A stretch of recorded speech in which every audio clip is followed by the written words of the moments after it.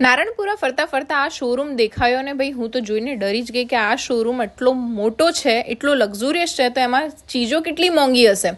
પણ ત્યાંના કુણાલભાઈ કરીને જે ઓનર છે એમણે મને અંદર લઈ ગયા અને ત્યાં બતાવ્યું કે બેન આ બધી લક્ઝુરિયસ થિંગ્સ જે છે ને એ તમારી જેવી મારી બહેનો માટે જ છે.